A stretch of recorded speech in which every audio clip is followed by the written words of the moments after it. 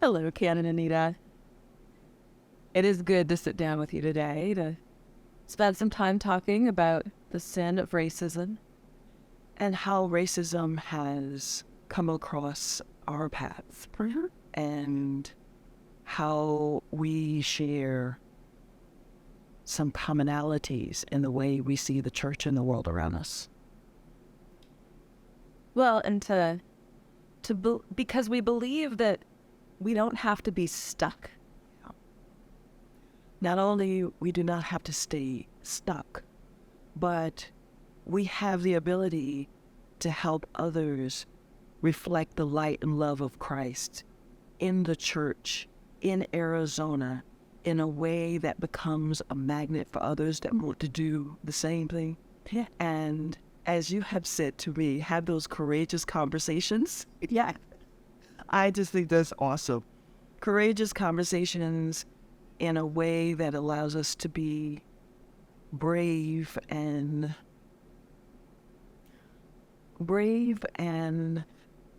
willing to be the instrument of God in that. And one of my learnings from Sacred Ground is that I need to come up for myself with what a definition it is of what it means to be white. Because that's not something that I've really spent a lot of time thinking about it. I've thought about the sin of racism, but I've not thought about what does it mean to be white. Because as we've spoken, that there was sort of an understanding that my experience of the world was a default, that it was just kind of a universal experience, and it wasn't reliant upon my race. And you went on to say to me, well, we don't necessarily consider whiteness a race. And I was like, huh, really? Yeah, it was like, that was a moment of a deeper understanding for me. I was like, that's a new learning for me. Grew up, I think I thought racism was something in the past. It was something I learned about, the civil rights. We learned about the civil rights era. We learned about slavery. And I think I knew that there were probably some really bad people who were still racists, but they were unusual, and that racism was not something that was an everyday experience for anybody. And one of the gifts of spending 25 years learning and listening to people of color has been my recognition that racism, it may be different than it was in the past, but it is still very real, and it is still very current. And that racism is not all about people in white hoods. Racism is about systems and about well-intentioned people doing hurtful and harmful things. So one of the things that I have noticed in terms of experienced racism on a daily basis is a recent experience that I have had. And I was in a mall here in Arizona. Remember it well. And it was 1 year ago. And I was shopping for Christmas. My granddaughters were coming. And I was shopping for Christmas presents for them and for my daughter and my family. And I had 2 huge bags of Christmas items. And I was thrilled to be able to pick up some of the things that were on my granddaughter's shopping list. And I was heading into a particular store on the ground floor of this mall. And they had some unusual gifts. And I remember walking in, and I was not the lone person in the store. I was one of several. And the salesperson came over to me and she said, may I help you? And I said, no, I'm looking around. And she said, well, you're going to need to leave your bags, in the front behind the cash register. And it's not unusual for me to go into a store and have bags, and they want the bags to be at the cashier or in the front. And I had that happen several times. So I said, okay, and put my bags behind the cash register and did some shopping, and I got a call on my cell phone, so I took the call, and I needed to handle that and paid for the item I had in my hand, and I left out, and I was still handling the issue on my cell phone, and got in my car and went home and realized I had left my bags behind the cash register in the store, and now the mall is closed.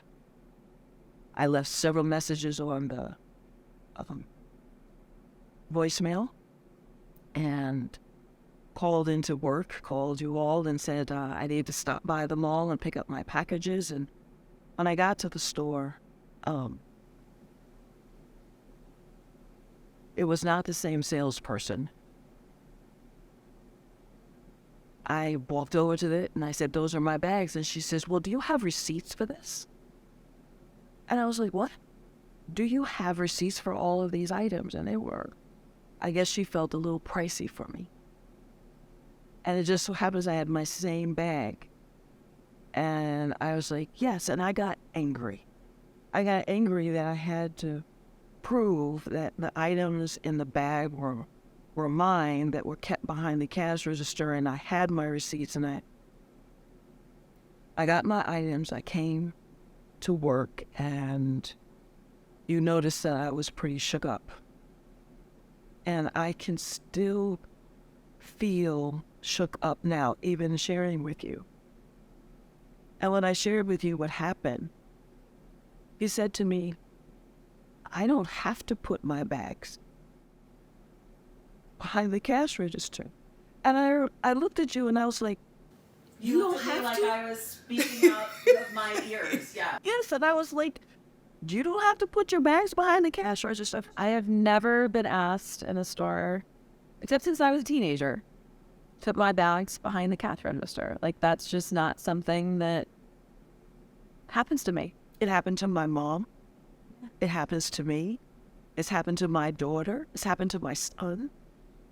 And I'm sure it's happened to other people of color. Yeah. And Regularly. A moment of, for us, of something that is not, it's not the largest thing in the whole world, but it's consistent and it's radically different. It is. It is. It's one of those things where many people of color know what it's like to go to a shopping mall and to be followed by security, to be watched, and no more than recently when I was in a store and I went into the same mall. I was in the store and the woman was walking with me. I picked something up and she'd stand there. And she said, "If you're interested in that, I can hold that behind the register." And I said, "You haven't asked anyone else in this store to do that. And I'm not going to do it either." And in that moment, I had my voice. And it was a good moment to be able to speak up on differences that are applied to people of color, as I am, and to just bring a new sense of awareness of the disparities. Now, there are disparities in many aspects of life. But one of the things that I cherish in the way that you and I have interacted in wanting to be instruments of God in the Diocese of Arizona is that we acknowledge that we are not of the same race. But we have the same hope and dream for the wider church. And we have the same faith. Yes. And we have one Lord, one faith, Yes. one baptism. Yes. And we respect the image of God within both of us. And that is something I can celebrate. And getting a better sense that neither of our experiences is normative for everybody. Yes. Yes. Right now in our society, there is what I believe a weariness to hold on to hope. There is some sort of weariness that to believe in to believe in the hope of the words of King, which goes beyond his dream. There is some sort of spiritual tiredness that I believe we as the church have to find a way of restoring. And I believe one step is the appreciation of how God has made all of us. And to acknowledge the sin of racism and how much those actions hurt. Well, and that's, I think, something that we would both want the diocese as a whole to know going into anti-racism training is that, everybody has something to learn. So everybody is called to approach this with open ears, but also that, that it requires courage. It requires vulnerability, but it can actually lead to change. And to acknowledge the pain, both individual and collective. Yeah. But that we don't have to stay in the pain.